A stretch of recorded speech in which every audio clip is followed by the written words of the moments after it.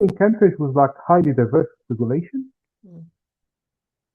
So we need to accept the diversity from everybody. So feeling I'm the odd in a meeting because like everybody in there like from Netherlands.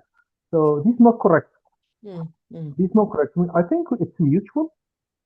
Accepting diversity is mutual. It's not relying on somebody who just arrived to Australia from some country. It's Mm. mutual. It's also from the people who spent 30 years in here or have been like second generation here. Everybody needs to keep in mind that diversity is something mutual. We need to accept that. We need to encourage. I have in my team like people from 7 ethnicities, Mm. which is Mm. amazing. Mm. This is how being like USA being built on diversity. It's a point of power. So we need to look at that as a point of power rather than we need just to accommodate. We need like to be engaged. No, no, no. We are adding to this team. Every person adding from different perspectives. So if you look at that positively, I think this would be a great idea for everybody. Mm. Mm. I mean, thank you for sharing that, Ahmad. I think what you're saying is if you come in as a person feeling that, hey, listen, everyone's from somewhere and I'm also from somewhere and I contribute just the way others do, then your mindset can be a little different. And at the same time, I'm also cognizant that, I think, Shilpa, you shared that not everyone's confident. People come in with certain trauma or wounds, of some incidents or some insensitivity that they've been through. And then the amygdala is kind of in fight, flight, freeze mode, you see. So both, I'm just holding both right now. Alison, I'd like you to come in, please. Yes, thank you. I was just sort of thinking around the concept of bias and particularly around and how that impacts on inclusion. Because I think when you've got, um, particularly around identity diversity, where there's signals to the room around diversity, it can create bias in the room, and people have unconscious bias and then react in particular ways. And I think it's something we all need to be conscious of, but particularly when you're leading a team or when you're managing and leading a meeting or a group, it's being conscious around what your own bias might be and how that might impact on the way that you include, or it impacts on the way inclusivity works in the team.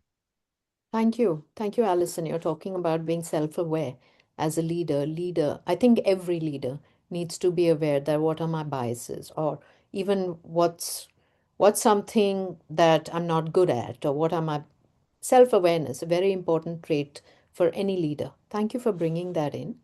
Louise, you had put up your hand, so I'd love to hear from you. Not anymore? Okay. Any others who would like to come in? You can see this is a very, very deep topic. Now, I am going to go ahead because of time. I just want to give everyone time to share because as we get deeper, you'll start thinking more, something will be triggered, you'd want to share, we'd want to discuss. So in all of this, the most important thing that each of us have started coming to slowly, we've kind of hinted at it, is that the most important thing in diversity is not just diversity. It's not necessarily just diversity leads to better performance for a team. No, there is something else. And I'm going to come and share this research with you. There was a research done by Google in 2012. They launched something called Project Aristotle to answer one core question: what makes some teams consistently more effective than others? They spent about 2 years studying roughly 180 internal teams, assessing some 250 different attributes, and the teams range from 3 to 50 people, okay, spanning engineering, sales, and all kinds of functions. Surprising, what did not matter in the results, what came up, contrary to expectations, the researchers found that the who of the team, individual brilliance, credentials, or prior success turned out to be far less important than the interaction patterns within the group. Okay?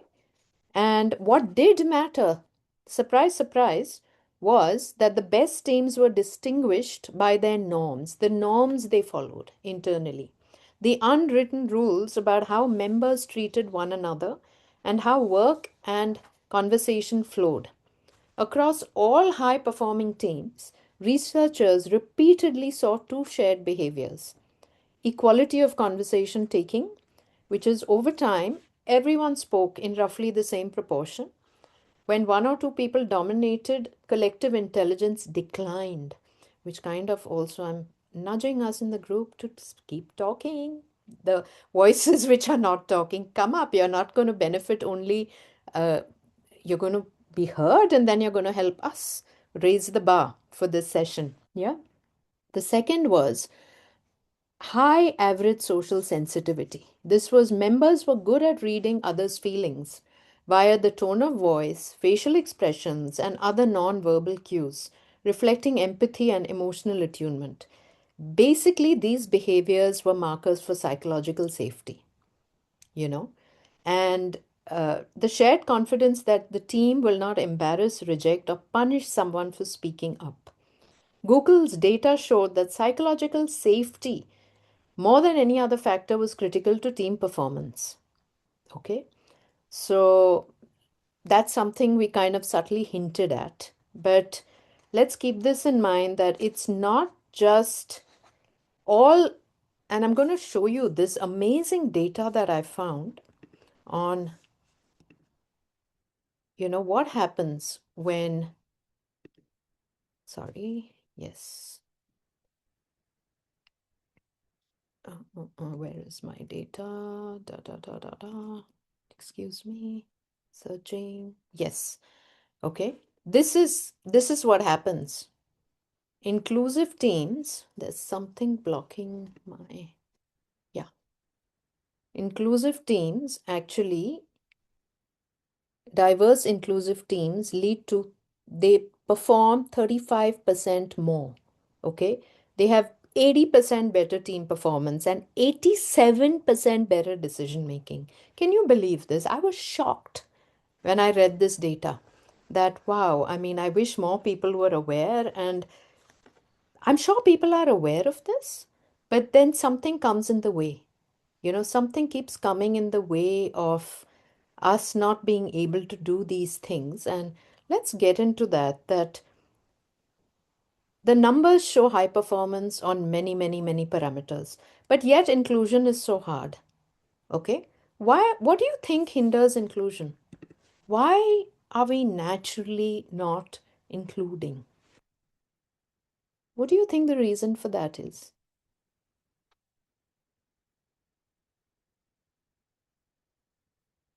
I think one of the things is, sorry, I was late. I was at another meeting. One of the things is that people like things that are similar to them, or people who think the way they do or look the same way as them, because it's more comfortable and familiar. And so it's trying to break down those barriers and showing that, yes, someone can look different, but you might still have the same values underneath. And it's about the intangibles, things that aren't visible, that are really important. And teaching that and to people is really hard. And it's mainly through programs like this, like mentorship or leadership programs, where people learn about it. But then going back into the real world and trying to implement that is hard, as you know, what's going on in the world at the moment. Absolutely. Really makes one begins to fight. A few steps have been taken back, and now people are trying to crawl back from those steps where they, that inclusion is being pushed out and pushed back. So we keep on starting and stopping and sliding back. Yeah. You're talking about, Masi, you're talking about PLU, people like us. That's a very, very, very important phenomena, PLU. And I remember when I was partly moving to Australia from India, but I've worked in various parts of the world, but I haven't lived in, you know, the way that I live in Canberra right now. And one of the things that I decided is, and this was conscious, that I'm not going to just come here and just mingle with the Indian community.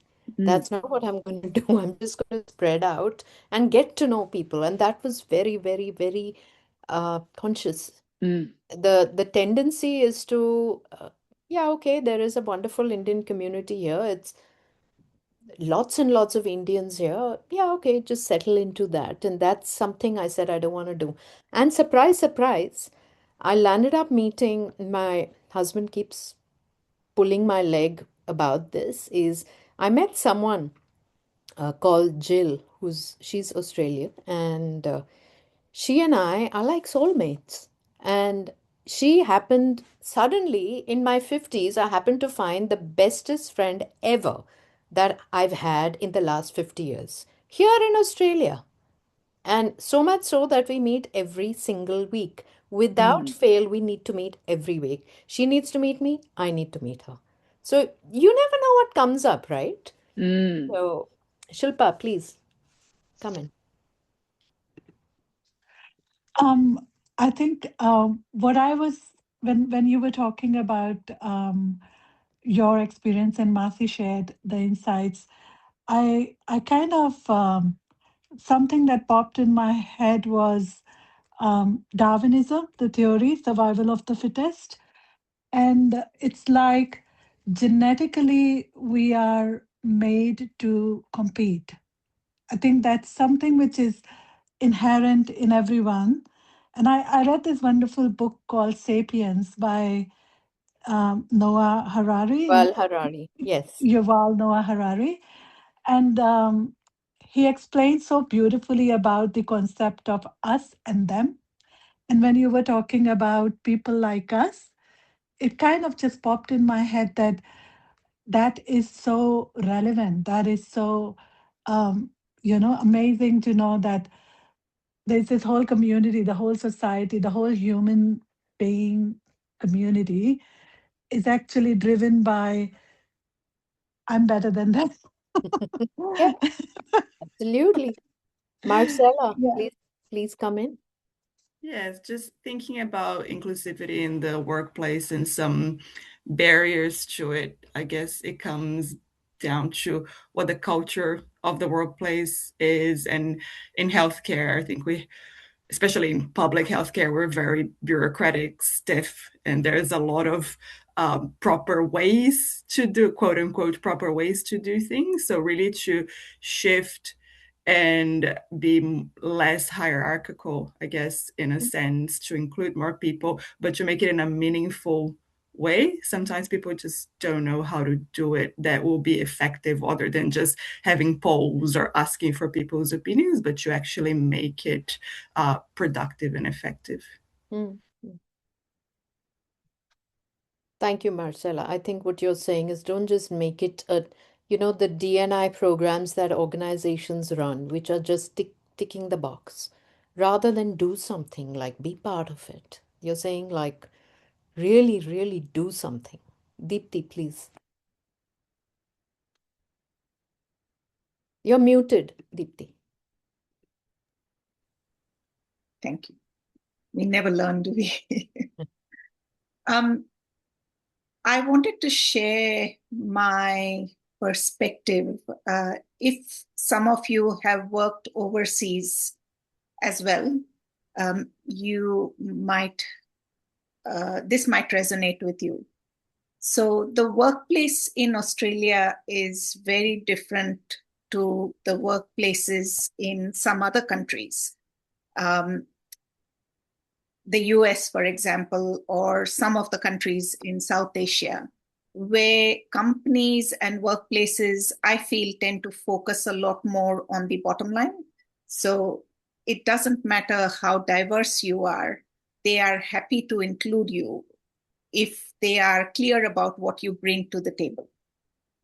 Whereas in Australia, we are a lot more privileged and we tend to focus a lot more on how someone fits into the team.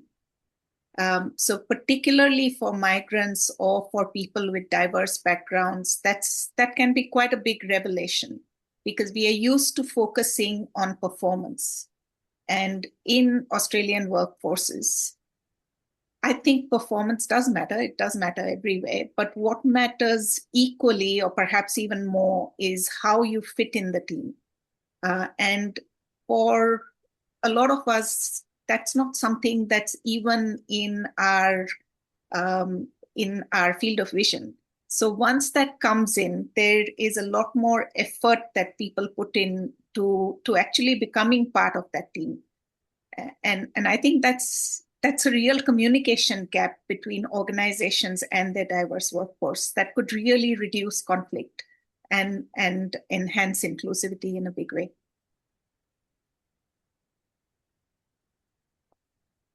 Sorry, can I ask, so you're saying that in order to fit into the Australian workforce, one has to conform and be like them in a way. Is that what you're saying?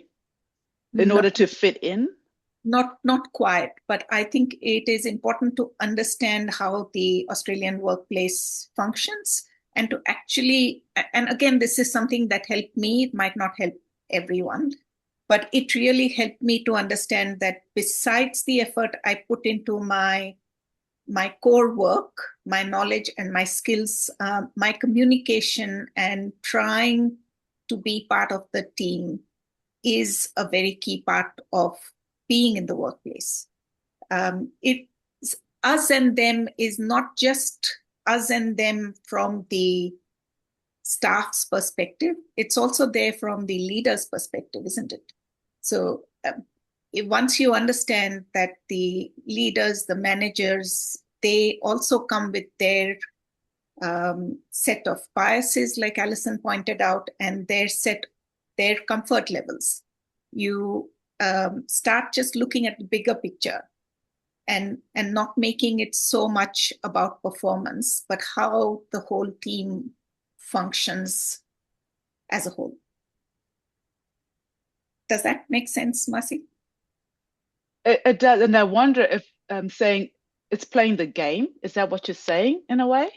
Or No, that's still not it? That's still not it. It is not playing the game. It is just understanding and being less judgmental, and just focusing a lot more on that communication between teammates without losing your authenticity. But just understanding that people might have a completely different perspective than what you do. And if someone doesn't accept your perspective, it's not that they have a bias against you, although that might be a component of things, but that they are looking at a bigger picture. Yeah, that's not always personal. That's what you're saying. Yes.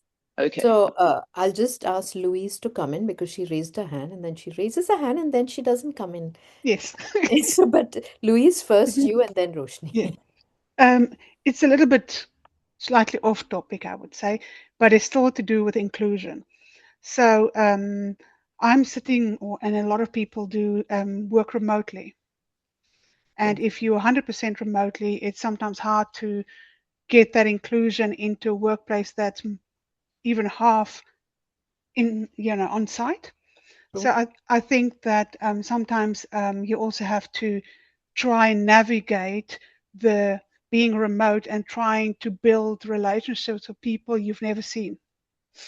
And so trying to work in with inclusion in terms of not just culturally diverse, but also being physically remote. And I found that quite challenging, trying to navigate that system of being a remote worker, but still be part of the team. Yeah. That's a very relevant point, Louise, because after COVID and work from home, a lot of organizations, when they started asking people to come back to work, people were not comfortable, number one, coming back, but organizations realized that performance dropped. I mean, when people met each other, sometimes at least, then teams perform better. And I think it's about human connection, It's important, human connection per se. On to you, Roshni, please. Thanks, Shilpa. I think just off what Dipti mentioned, I think I agree with what she said in terms of I think we need to be able to resonate and understand the Australian culture. And one way that a lot of people actually do that is inclusion isn't just about us wanting to feel included. I think you need to make others feel included feel a part of your diversity as well, feel a part of your culture as well. A lot of times people actually want to learn about your culture, about your ways, about what you brought from back home. And they actually want to know who you are as an individual, what your identity looks like. And that's their way of actually learning about you as well. And I think, Dipti's point of being a part of the team, for them that is you being a part of the team. They don't know too much about you as an individual, what your culture, what your diversity looks like. And for them, you mingling with them, telling them stories about your life is a big part of that. And I think when it comes to remote learning as well, for me, I work hybrid, but I think that is one thing we've done as a team is, when you have a festival back in India, just telling people about that I'm taking the day off because this is the festival, just sending something into Teams chat for them to learn about it. It is different when you're talking to someone in person, but I think just having those conversations online, just 2 minutes, you'll teach someone else about your culture, but it'll also make your day because you'll be talking to someone about something other than work. And that itself makes you feel included in a conversation that is a little more social and a little less robotic as well, because sometimes work itself can feel robotic. And it's just nice to be able to take a step back and think of something other than work and something that resonates a little more closely and personally with you. So what I hear you say is don't just wait to be included, also try including yourself in different ways. Yeah, And there are ways to and do it. try including other people into your life as well. Like there are Mm, people who want to be a part of it. mm. All right, thank you. Lynette, please. Hi, I agree with what Roshni has been saying. I think it's really important within a team to try and assimilate as well and to try and actually learn all the different personalities, the different cultures within the team. And I guess try not to take things personally because it's not always personal,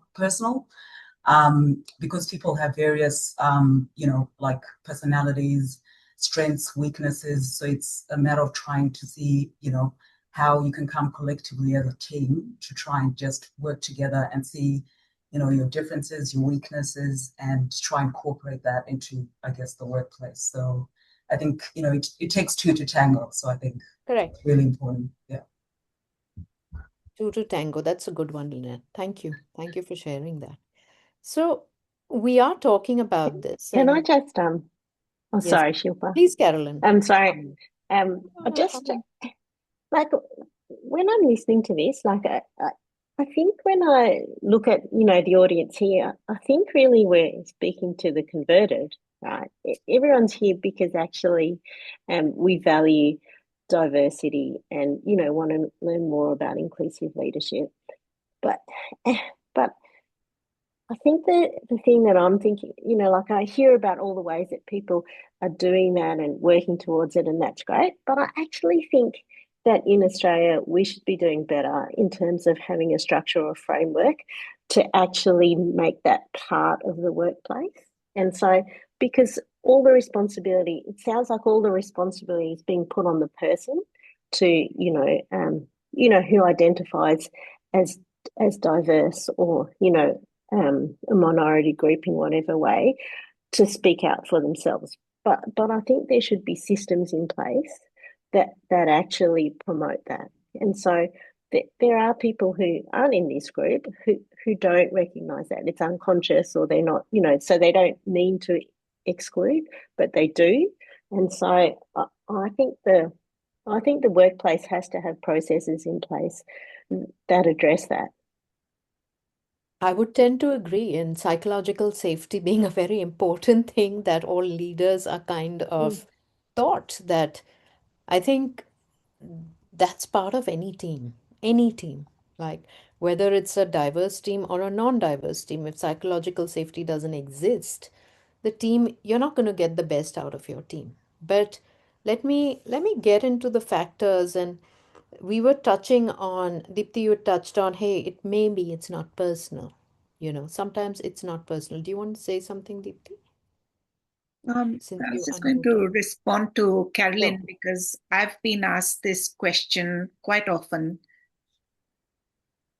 Why isn't the workplace or the community a better place to be, and what can be done about that? I don't have the answers to that. I don't have the power to change things beyond a narrow sphere.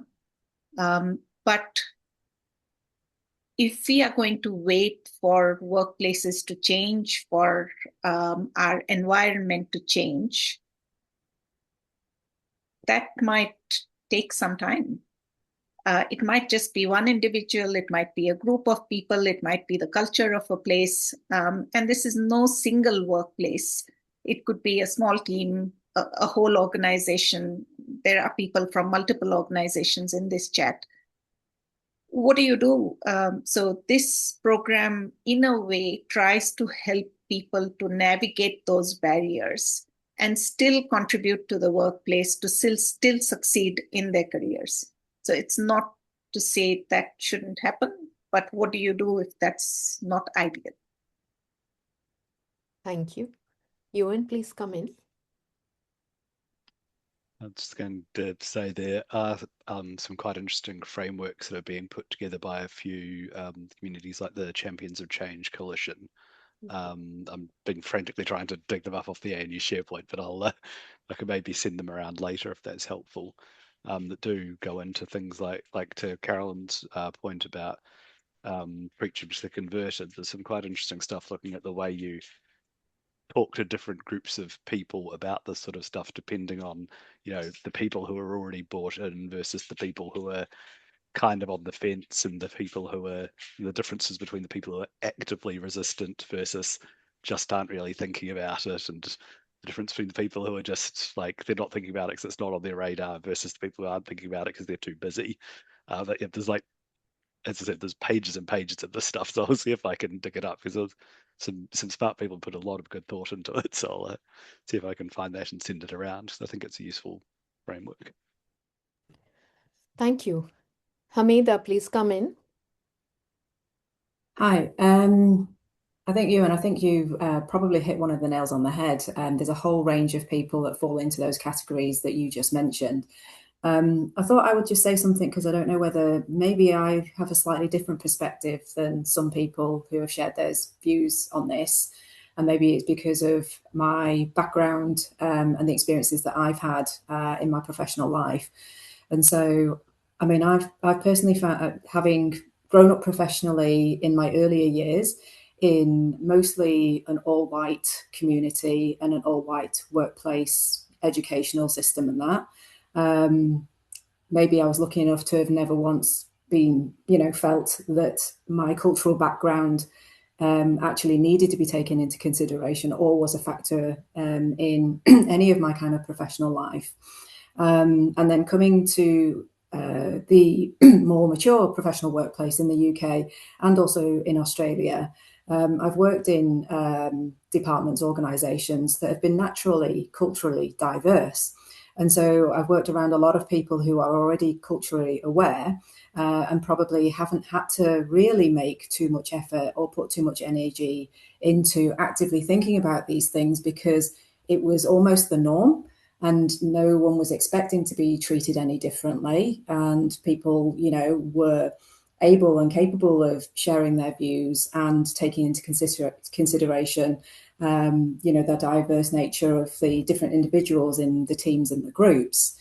One of the things that I have found that I've had to learn over the years is when you're not working in an environment that has that already, is being able to read other people in how they're, because everybody's so different. Some people will be more confident and less confident than others, and being able to read the team and read the room so that you can be more inclusive and invite people to be more inclusive for those that need it.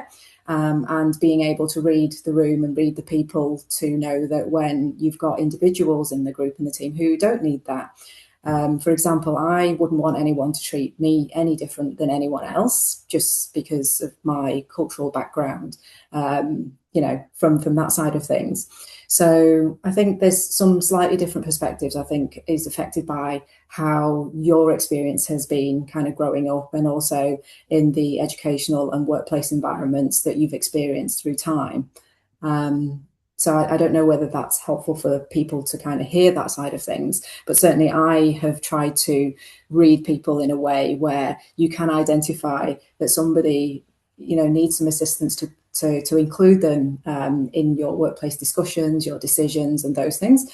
And I certainly agree with the fact that, you know, when you've got people in the team or in meetings who are louder than others, who then overtake that, it does suppress, you know, the creativity and the contributions of, you know, of what other team members can bring into, you know, the discussion and that, and having to manage that certainly has been more so I've kind of experienced when I've come to Australia compared to other workplaces. Thank you, Hamida. You're talking about reading people in teams, and then, you know, kind of a certain emotional quotient of figuring out how to handle the, you know, various people. Yeah. That's what I hear you talking about. And that is also very important for leadership. I'd like to come back to, we keep talking about inclusion, but why isn't it happening naturally? It's great to have an intellectual conversation about it, but sometimes, and why are we having this conversation? We're having this conversation because obviously it's not happening naturally, right? And every viewpoint over here shared till now is very relevant. You know, I mean, Carolyn, you're talking about it needs to happen at an institutional level. I would agree to an extent. Some of us are talking about, hey, listen, it takes two to tango. You know, how can you also include yourself? And some of us are talking about EQ. So let's take in everything. But obviously, it's not happening naturally. And what are some of the reasons that this doesn't happen naturally is what I'd like to get into, right? Organizational factors come in the way. Very simple. We don't have the time for it. If you're in a meeting's a 30-minute meeting or 45-minute meeting, there is no time for all voices to be heard, or people don't make that effort. Something really, really simple. When teams are too busy to slow down for real discussion, this happens all the time. Other one, trying to stick to candidates that are the right fit. Hiring and promotion for the perfect cultural fit becomes a very respectable label for people like us, even when leaders have good intentions. Because fit is usually assessed subjectively, right? Gut feel, likability. I can see myself having a beer with this person, you know, stuff like this, you know. The third one, if we all agree, we must be right. This is a very common one again. The belief that consensus equals correctness is a classic groupthink. When harmony and cohesion are prioritized, people self-censor disagreement. They don't disagree. And especially if they are junior, new, or culturally different. If you already feel marginal in some way, right? Anyway, the social cost of being the lone dissenter, the person who doesn't agree, in a room that's converging quickly is very high. So silence becomes a survival strategy. Animal instinct. Another thing, human factors that come in the way of inclusion, right? For example, unconscious cognition doesn't adapt easily to societal roles. What does this mean? People make many social judgments automatically without conscious awareness. They're shaped over time by cultural messages, okay? Like who looks credible, who looks capable, who is senior, who is naturally suited to leadership or authority, you know? And for example, an idea from a woman or a younger colleague is overlooked, and then when a senior person brings it up, it's taken seriously. This happens all the time, right? A recruiter favors a candidate who feels familiar or similar to the team, even when another candidate is equally or more qualified. Or one person's mistake becomes proof that they are unreliable, while the same mistake by a favored employee becomes treated as a one-off. So many these things abound. And of course, the comfort of associating with the second one is discomfort in being wrong. Let's say a leader is consistently told that they interrupt women in meetings. If the discomfort of being wrong is high, they may argue and dismiss it completely. Okay, that's a very human thing. Third one, strong preferences in associating with the in group. People just feel more at ease with people like us. It's as simple as that, right? So these are factors that people just inherently come with. And then it becomes important about where we have to overcome this. Yeah. And we can be the torchbearers, all of us here. And therefore, I said, you're part of this session. It's an amazing session to be part of. Now, I'm going to ask you, let's do this very quick exercise, okay? This exercise is basically it's to let's see how we behave as humans. What's human, what's conscious? I'm going to ask you, you're performing a 3-person task force to present to the CEO in 2 weeks. You must choose from 6 colleagues. Okay? You only have 30 seconds to decide. Decide from the gut. A 3-person task force. Decide now, you only have 30 seconds. After that, the slide goes out. Pick your 3 people quickly. And go by gut. Don't go by this lovely conversation we've had in the last 1 hour. Okay? 10 seconds left.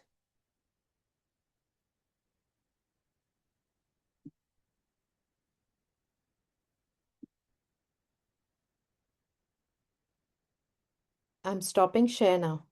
Okay? Very, very quickly, just a reflection for you. Just write down your choices, the people you picked privately. Okay? Which colleagues did you tell me who you definitely included? Can you please send on chat who you won't even ponder and think about? Who did you definitely include? Can you just put it on chat for me? No judgment. If you feel scared of being judged, just send it to me privately.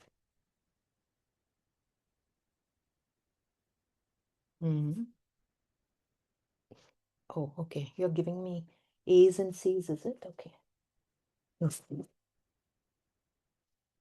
Okay, who was definitely included was A was definitely there. Long tenured, confident male manager, safe pair of hands. Isn't that obvious? Right? A, for sure. Then there is a little bit of E and some C. E is senior leader's favorite go-to person, stretched but visible. Do you see how this happens? Do we see how this happens? We've had this wonderful intellectual discussion, but see how this happens. So, like, I just want you to reflect that which was the person that you were least likely to pick. Just reflect on it very quietly. Who were you least likely to pick? I shall go back and show the slide again.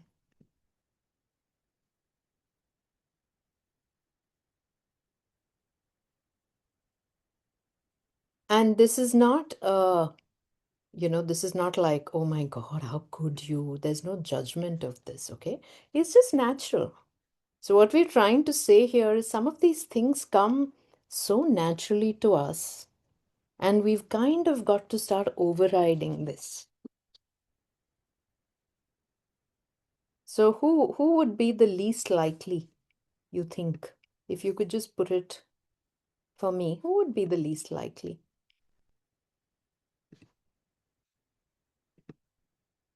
So I have a lot of D. part-time working parent, not always available, right? I have D, I have B, new woman, different country. So can you see what happens here? I mean, I don't even want to go further. It just happens, and it doesn't make you a bad person. It's just natural. It happens, right? So what we're going to do now is get into something very, very interesting. Deepti, we can start creating the breakout rooms. That'll be great. One thing that I'd like to now do in these breakout rooms is get you all to share your lived experience with your group that in the area of diversity, have you felt included or you've not felt included? What's your experience been? And as Deepti kind of creates the breakout rooms, any thoughts, any comments about the last exercise that we did? Or what we discussed, that, the human brain itself doesn't kind of support inclusion. Organizations per se are made of humans, you see.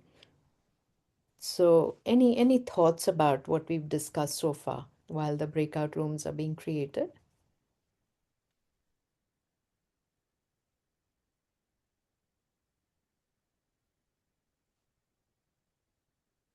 As your breakout rooms are being created and you get the join thing, please do join. You have 15 minutes, 6:40 to 6:55. Just discuss your personal lived experience on, have you felt included? Have you not felt included? What's your experience been in your life, work life especially?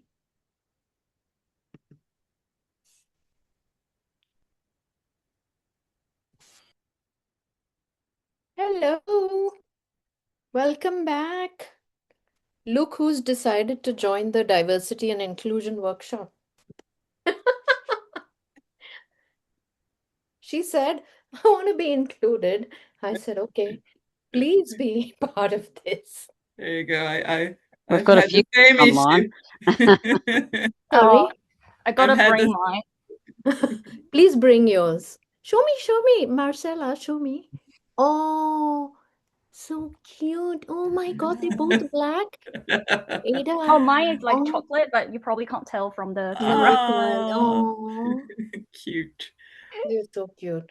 Yes, so see, this is what diversity and inclusion is. For those of us who are joining late, this is what it means. She's like, say hello. Deepti, I was telling everyone she wanted to be included too. So, Super cute. and the others, you can see Ada and Marcella also have their. Are we inclusive of dogs as well? Oh, I have fish. you have fish? Who has fish? None of mine are anywhere to be seen. So tell me, how was that discussion? Oh, Vidya's got a little rabbit. How cute. Okay. How was the discussion? Enlightening. Enlightening? Yeah. Say more, please. To hear our different experiences and the biases, whether it's gender, whether it was age, and those are the main ones that we talked about. And also the interesting fact that for me, I grew up in Zimbabwe, so many brown-skinned people came to Australia, and I was always confident in my own skin. So I never really felt that I had to prove myself. And so I was saying, if I have not noticed racism towards me, and if anyone threw it, well, it flew right by. So it becomes so it's hard to acknowledge the racism that I haven't seen. I can maybe have seen it in someone else, but not towards me. And so fighting something you don't see becomes harder. I was saying for myself, I haven't, but for my children, I'm conscious of seeing more inclusion of brown-skinned people and things. So that's a different thing for them. Maybe I see their fight, but I didn't see my fight. Thank you for sharing so authentically. Everyone's got different experiences. Deepti, you want to say something? I might actually invite Ahmed to talk about how he deals with questions of whether you belong or not. Is that okay? Ahmed, I'm throwing you into the deep end. I don't mind to share it, so that's fine. So I used to live in New Zealand, so which is a complete different experience. And before that, I was living in USA, so another complete different experience. So in USA, it's very inclusive. So what matters is like your experience, what you can provide for us, which is a complete different recipe for success. When I moved back to New Zealand, it's a little bit different. So if you are not white or European, you are a foreigner. Simple like that. You are? So You are? you are a foreigner, you are coming from somewhere. So we Oh, need to ask, where are you coming from? This is a very common question. If you are walking in the street, they are very nice people. I'm not talking bad about them. mm, Sometimes they ask that out of curiosity. So where are you coming from? Simple, like in the street. So they are very nice people. We would like to socialize all the time. mm, But like when you walk in the street and somebody finds you, smart you, where are you from? Simple like that. So one day I have like this man like just crossing the traffic light, and he looked at me and smiled. He was very nice. And asked me, "Where are you coming from?" I told him, "I'm originally from Egypt." And what about you? I asked him the same question. What about you? And he looked at me like this look and told me, "I'm from here." So mm, I told you, "Are you a Maori person?" Because Maori is similar to Aboriginal mm, and mm. Nanuan people, like the mainlanders. He told me, "I'm not a Maori." I told him, "That means you came from some place, definitely. If you are not a Maori, you came from some place." And he stopped like to look at me and think about it. I was correct. You came from some place. No shame on that. You came from some place to contribute to this country. Nothing wrong with that. So this was really, in Australia, I feel like we have more acceptance to each other. Mm, mm, So we accepting each other. We appreciate the experience.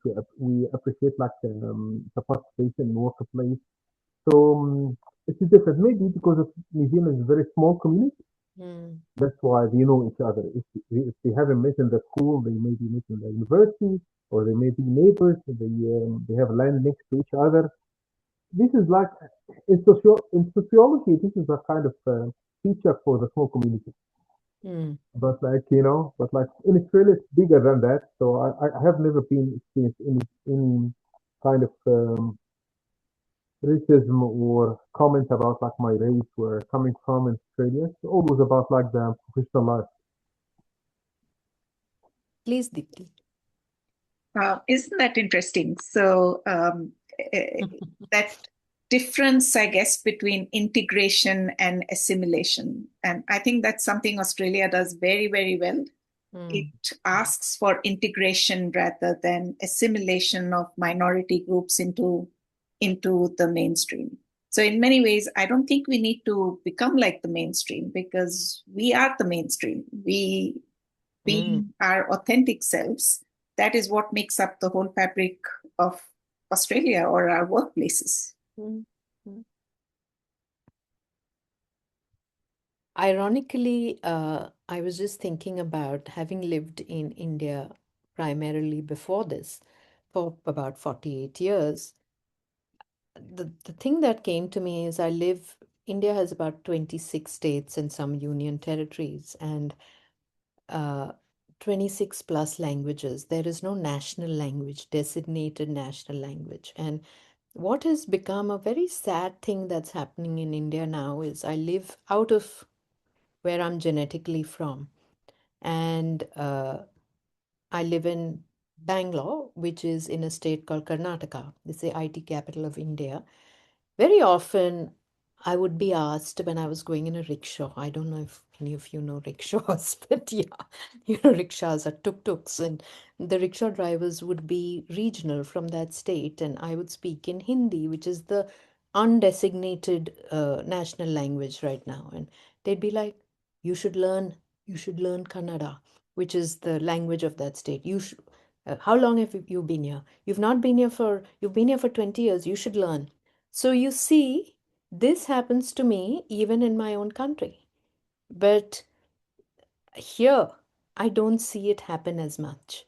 I haven't seen anyone saying you should speak this or you should speak that. But to be fair, do microaggressions exist? They do. Let's also please understand that they exist, and I will share some research around this, and this is for people who have kind of been through some stuff that, they're brief. Let's quickly just read this research. They're basically brief, verbal, non-verbal, intentional, unintentional. They exist. Okay, especially towards marginalized groups. Okay, this research basically focuses on medicine and surgery where women and minorities encounter these behaviors, and repeated microaggressions are linked to depression, anxiety, trauma, and a reduced sense of belonging. Does it exist? For sure. Over here, I've heard people talk to me about it. I've heard people cry about it to me. It exists. And they are rampant in the field of medicine. Nearly all women and most minority physicians report experiencing microaggressions, subtle put downs, exclusions, just while simply doing their jobs.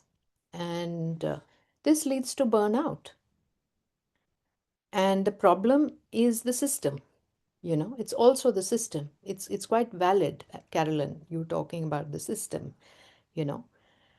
What are microaggressions? Let me get into it. Sexist microaggressions and racial microaggressions. Sexist would be, where, women very often have been called, oh, you're too emotional. Don't be so emotional. It's like a slur. Don't be so emotional. Or whistled or, catcalled by male colleagues. Or men being told, don't be a girl, be a man, uh, all kinds of microaggressions, these subtle things which are told. The problem is it's very insidious because it's subtle. If it was more overt, it wouldn't be, you'd at least be aware. The problem lies in the subtlety which leads to it being more insidious. And then there are the racial things about, you were talking about, Ahmed, assuming that you're not from New Zealand or wherever. Where are you from? Exotic. That is something that I've faced quite a bit, being called exotic. So I'm like, huh? Like, why? What? So these microaggressions do occur. And for those of us, when they don't occur, great. But for those of us where they do, or for mentors who are on this program, to just be aware that, hey, could I be doing something unconsciously? Just starting to be aware as a person out there who's not marginalized, that could I be doing something? How do we handle this? I've put it in 3 categories. Self-care. Number 1, don't take everything personally. Not everyone also deserves your energy. Some people are just not worth it. You go to a shop, you're possibly not going to meet that person again. Are they worth your energy? Maybe not. If it's someone at work who's doing this to you constantly, worth your energy. Definitely. Okay? Step away when needed. Be aware of your emotions. Integrate. You may be feeling anger, you may be feeling irritation. Feel it. Feel it. Okay? Third, do not shrink to belong. It's about them. I keep telling my clients that when someone behaves a certain way with you, good or bad, it's their character. It's not about you. It's their character. So don't take it in. Also, what we were talking about earlier, that some people just don't know better. We've got to give people grace also.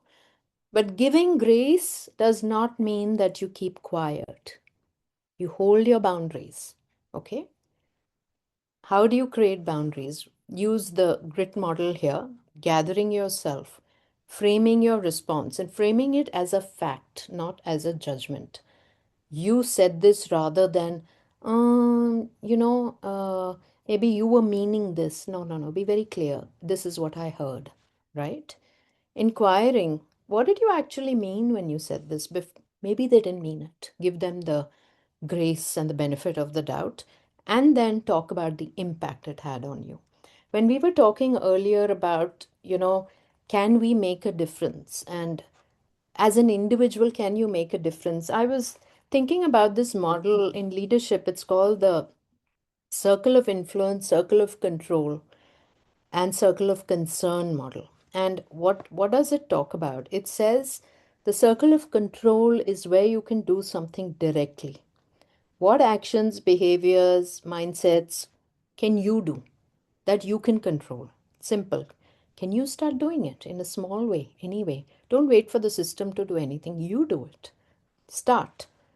Circle of influence is what can you influence through your communication, through relationships, through collaboration. Can you speak to HR? Can you speak to someone, who's the leader of the team that, hey, listen, I've noticed this. You can start influencing things. The third and the circle of concern is stuff you can't do anything about. Simple. Don't bother about it. But in your small way, can you start doing something? Most important, when you're looking after yourself, find your network of supporters and build allies for yourself. It's very, very important to build allies.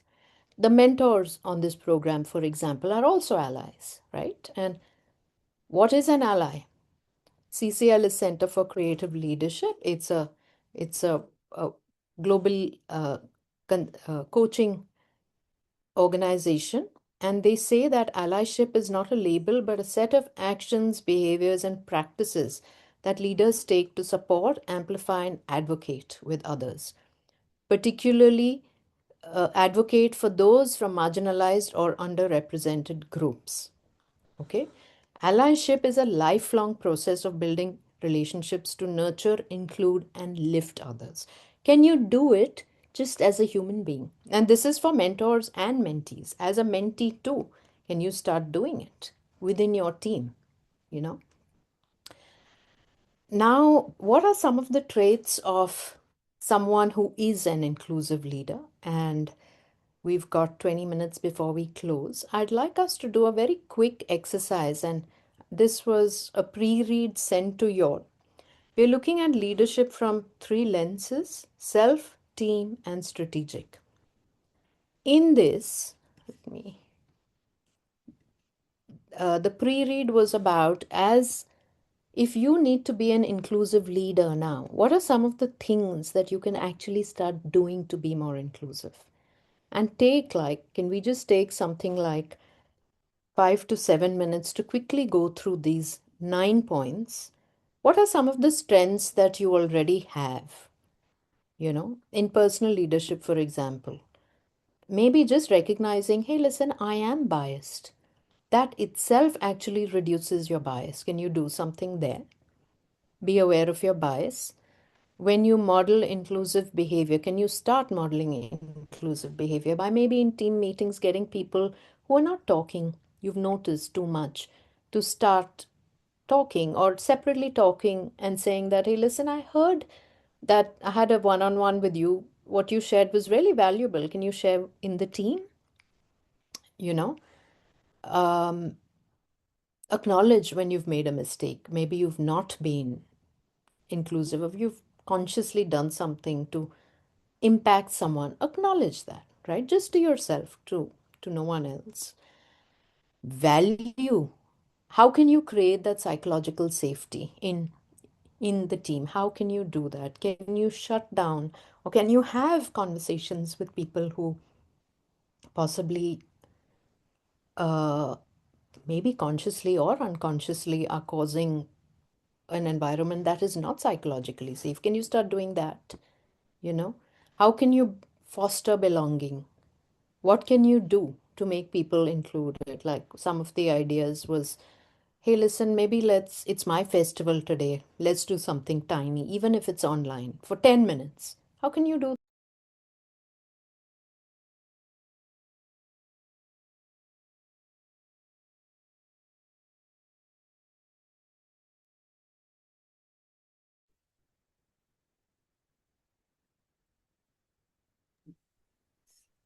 I'm sorry, I was unmuted. I was muted.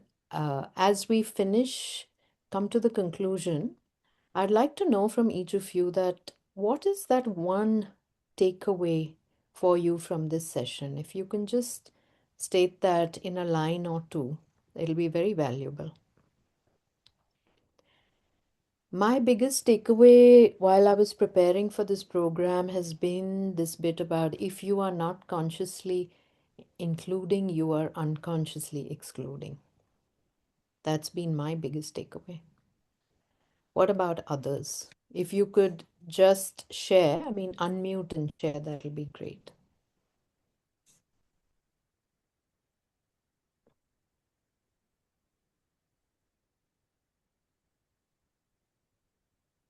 Could be anything. Yes, please, Yuan. Yeah, mine was the same one as you, that sort of principle of, yeah, even if you're not actively excluding, if you're just being passive, that will cause exclusion to happen. So the need to actively do things about it. Thank you. Those of you who've written in chat, if you'd like to just share very quickly, verbally, Marcella. It's the exact same one, just actively including. Okay. Sarah? I think that was again the same thing. I think it's like just the awareness to include, right? Like, or that can make a big difference actually. Yeah. Thank you. Deepti, do you want to just share it? I think it's wonderful that we can talk about and acknowledge these things openly, and reduce that sense of isolation when one of us, any of us, feel this way about the community or about the workplace or a new place that we are in. It's great. Thank you. Hamida, if you could just share. Yeah, so I was thinking, like from the breakout room discussion and hearing other people's experience that I haven't had to experience myself, it's actually considering how others are experiencing either inclusion or exclusion, because I've come from a place where I haven't experienced it. And even though I'm self-aware to make sure that others are included, I'm not necessarily considering what their experience of it themselves has been. Do you know what I mean?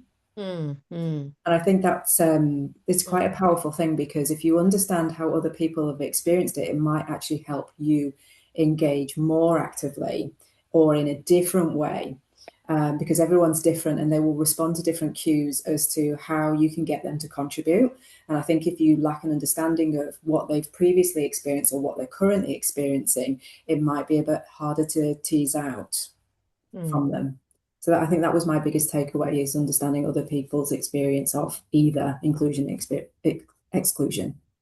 Thank you. Thank you. And to follow up from that, I would say also asking, just because one hasn't experienced it, sometimes it's asking, and then people have the opportunity to speak up about their experiences. I think that's important to create that safe space. Absolutely. Not assuming that just because you haven't, others haven't. Right? Others? Arpita, Aruna, Ada, Emika, Vidya, Radha, Allison, Louise. Very quickly in one line, what are you taking away? It may be the same thing that everyone's saying. Don't worry, it needn't be anything different. Radha? Yeah, so I was just in the whole communication, very listening, and I think it's very important. I'm just thinking, like, yeah, I also have the experience of that being excluded, and I think I try to be included. And I was thinking like, yeah, I think maybe a little bit try again, like actively. So yeah, so still like struggling. So like with the few people, how I can be like in my fighting, like I feel also like lots of them excluded because maybe of the race or some other region. So I was think struggling like okay, try to listen more ideas, and then I thought like let's try different way now by getting all those ideas from the maybe from the tomorrow, like I'll try to include in the group more, like yeah, Thank you. to Thank yeah. you. Emika, Shilpa, Alison. I think for me, and I've been thinking about this a lot lately, it's not waiting. So actually it's the bit that you're talking around the spheres of influence. We've all got a sphere of influence. Work out what it is and make a small change, and that starts to build. I think if we wait for a structural change or something big, we can be waiting a long time. So that it's just really Absolutely. crack on with the area that you can influence. Thank you, Alison. Yes, please, Aruna. Yeah, I think to have the ability to empower someone to present their ideas and also take ownership of their ideas is very important to me. And the ability to say sorry if the need arises. But that the word sorry goes a long way. Yes, it does. That's what I feel. Thank you. I think, Shilpa? yeah, I was just, for me, the biggest takeaway personally would be that normalization of that feeling that I'm not alone. I'm not the only diverse person in the room. Everyone has their own diversity. And that just lifts that whole anxiety, the tension, that the way I look at myself in that group setting, it just helps me feel more included. Thank you. Emika. I think for me, like the takeaway was that it's like, yeah, that active effort and consciousness to include that. Maybe not right now, it's not an unconscious thing, but maybe the more that we do it, it'll just become habit. Thank you. Ada? I guess for me, it's like try to, realize inclusion goes both ways. As in, like, you want to try to make yourself included in the team, but, like, don't always expect the team to include you. Yeah. Thank you. Lynette and Louise? Yeah, I would agree with that. I think that one of the takeaways is that, for me, is that inclusivity start with, you can only influence what you can do. And I think you should start with yourself to try and be more inclusive of other people. And then hopefully that will flow back to you as well. Thank you. Lynette? So for me, my takeaway is, I guess, acknowledging that there is unconscious bias that might be out there, and that it's important as an individual to, I guess, try and fit in a team setting and also play your part as well, and play a role. Thank you. Deepti, how about you? Anything? Not beyond what I've said, but I'd just like to echo what Alison said about having your sphere of influence. And I just wanted to bring us back to this program and say that this program is an attempt to do the same thing, to make everyone a little more comfortable with who they are, a little more comfortable with where they are working. And rather, I just wanted to also say that in the last batch, we had a new migrant who was hesitating to speak up because she felt that her accent and her English were a barrier. And she was able to overcome that during the program and is actually in a leadership position now. So we are great as we are. We keep learning to integrate within our workplaces and our teams, but authentically, we are also fantastic as we are, each and every one of us. So that is a very important message for all of us to take away. All right. With that, I end with the phrases which from a particular poem, that belonging is not the absence of difference, it is the presence of welcome. It is the quiet courage of a space that says, come as you are. You do not need to become someone else to be valued here. So let's close with that and see you all again on the 23rd of July. Have a lovely evening and a weekend ahead. Bye-bye. Thank you very much. Thank you. Thanks. Bye. Bye. Bye.